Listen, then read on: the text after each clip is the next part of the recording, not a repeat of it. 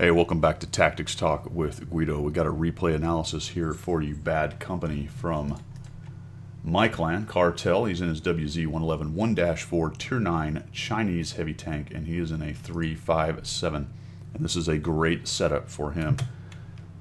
Murovanka, and they have spawned in the north. You can see that he's headed down the 2 line, which is a fairly typical place for heavies to go brawl.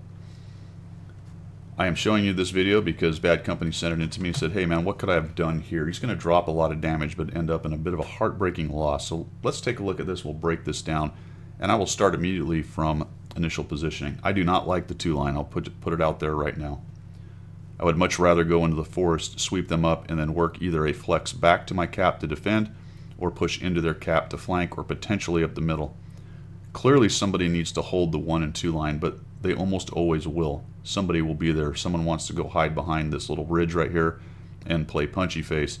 It is much more difficult to attack on the other side, on the east side of the map.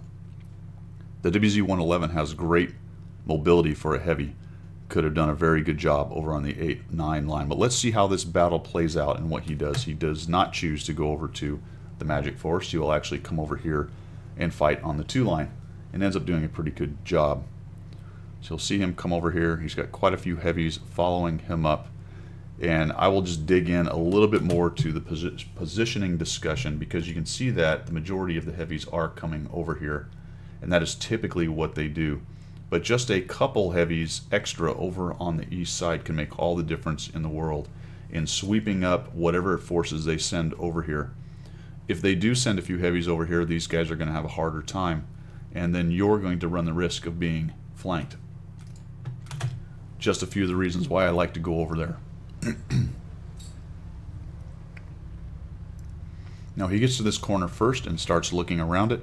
He's waiting for somebody to come around the corner, not looking, and he gets a shot and misses. Now for my money, if I make a corner first like that, I'm actually going to stop poking back and forth and just zoom in and wait for that first guy and make that shot count. So potentially some lost hit points right there that he could have had. The danger, of course, is that he snaps one off and gets one, but the odds say that you'll have a better time of it if you're zoomed in and he pokes first. Now we got the Type 4 coming in here, and this guy's going to be problematic. Shoots right into, unfortunately, right into his mantlet, which was exactly where the Pipper was. So some more hit points left out there, probably. You'll notice that Bad Company actually uses a lot of third-person shooting and does pretty well with it, but again, no pen right there. I would say as soon as the Type 4 showed up, I would have loaded up the gold right there. Nice shot. And potentially, had you loaded up the heat, you might have gone through those flat plate shots. Probably not that last one. It looks like it caught it right at the very corner of the armor. This guy goes insane, pops out for some reason. The Tiger P is not being very helpful to you. He's eating shots. He actually shot you in the back of the turret, and he's being a bit of a blocker, so that's kind of a pain there. Alright, so we have destroyed the T-29 there. We are even. Your guys are pushing through, and looks like they're winning over on the east, and that's a good thing. You have quite a few tanks over here on the west side, and you just killed that T-29. And now we're going to go ahead and look at this hold down T-54, so probably not a time to push forward. Also, you've got the T-95 up there. But I would start thinking about in here, can I get up around into that middle road? When can I do that? When is that going to be useful to me? Probably not yet, so I think you're doing the wise move, hanging out here for the moment. Be careful on the WZ getting up on the side of that little hill right there too much. It doesn't have great depression, and you can find yourself all of a sudden not having a shot on somebody. Maybe snap that one off. Requesting fire on the T-95, alright, so they punish him a little bit and push him back,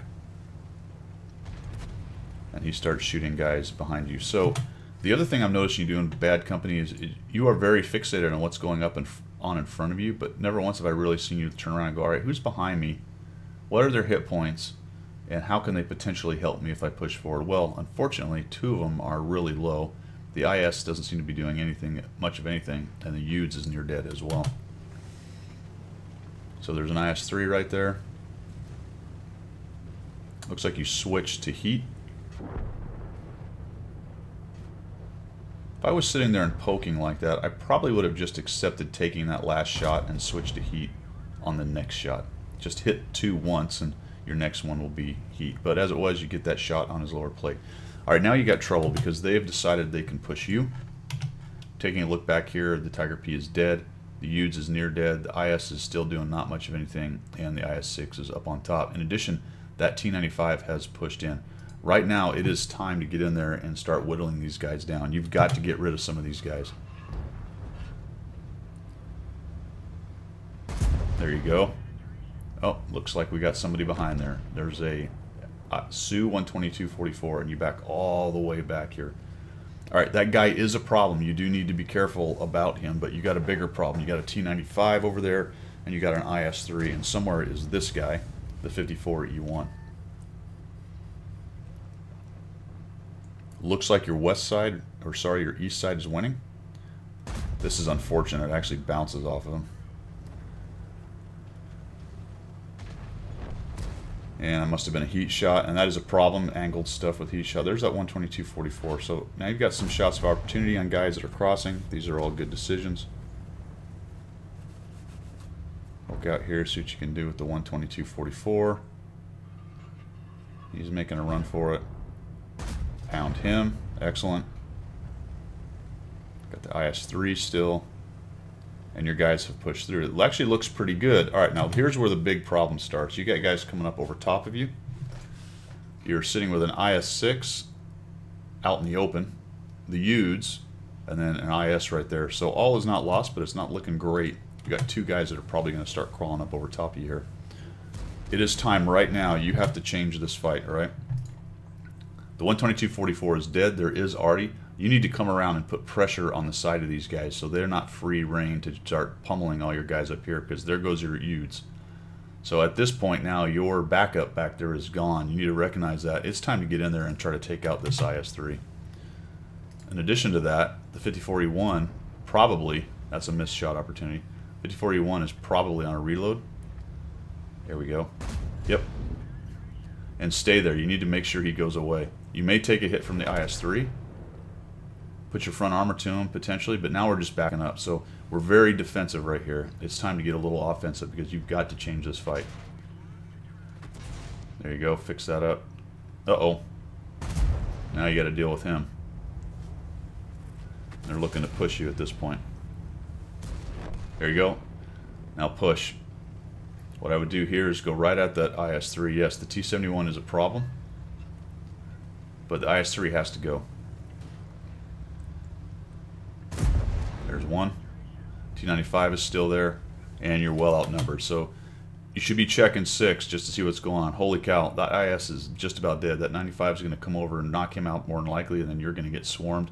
There's still a 54E1. It's not a great plan to go at this IS-3, but you do need to get rid of at least 1 tank so you can start maneuvering around. And there goes your IS. Now you're in huge trouble. Your only option now is to just start backing up, potentially use the IS as armor right there, or possibly back towards the IS and then come up over top and start taking on the T-95, because the rest of your tanks are over here and can potentially give you supporting fire. But if you stay on this side right here, they can all come over the top. The T-95 come over the top, T-54 come around, and the IS-3 come around, and you don't have any support other than the artillery right there. So you've got to change what's going on. Ooh, man, I'd have sold out a little bit to get that shot. You really needed it. Yep, and now you're in big trouble. Unfortunately, that does not go into him. And you do a pretty good job on the brawl right here. Probably what I would have done here is just try to get up and over top. You'd have taken some shots. He may have even got his gun on you potentially, but if you could have run up over top this hill and either turned around or just kept trucking and get over to where the IS is, go back to where your allies are. And you're just taking hits now. Yeah, go ahead and use him as armor, and then, alright, screw it. I can't let the T-95 get his gun on me, so I'll just have to accept that I take some hits from these guys. One thing you can do is rub against that T-95 just to slow down his turn a little bit. There you go. Oh, shoot. Now the 54E1's coming at me. Yep, he's come around reloaded, and it's all over but the shouting. And again, the possibility on this one, instead of backing up, to go up and over the T95 and spin your front armor back towards the 5041, you probably were going to die to one of these guys anyway. But it's all about your best positioning decision. And I would say that you're going to drop about 5,000 damage here, either getting very much more aggressive on the IS-3 and the 5041 in the middle while they were still dealing with the 61 and the IS who were trolling around in here, and change that fight a little bit, or probably even better, up and over the top of this like I talked about a little while ago. Probably taking some hits, but maybe would have survived. And unfortunately, you're not going to survive the 5041's autoloader at this point, and down you go. And unfortunately, what ends up happening is BadCompany's team loses right there. So I think the initial positioning thing is a bit of an issue there, but still, you went to a good spot, you played it well, but I think you needed to get a little bit more aggressive in there when things started turning on you, or potentially back out much earlier when it started to go south on you as well. And unfortunately, what happened down here in the south is your guys win that flank, but then they continue to push in on hold down tanks and artillery. When you win a flank, guys, not just you, BadCompany, you were over here doing this, but anyone's watching this video, when you win a flank like that with a bunch of open ground, if you've got spotters to start tearing the guys that are camping up over here, that's fine. But more than likely what you should do is back out of this, come in through the middle, or maybe even just swing all the way around, especially if you notice that this flank is starting to lose. There's no reason to push in here, because now you've got hold down guys taking you on. Now these guys are free to turn around and sweep you up. Just a bad deal. Win a flank, the other flank's losing, go back to that flank or come across and support it. Don't continue to push just because the enemy cap is right there. All right, guys, I hope this helped. Nice try there, BadCompany. I mean, there wasn't a lot of good answers on how to have won that battle.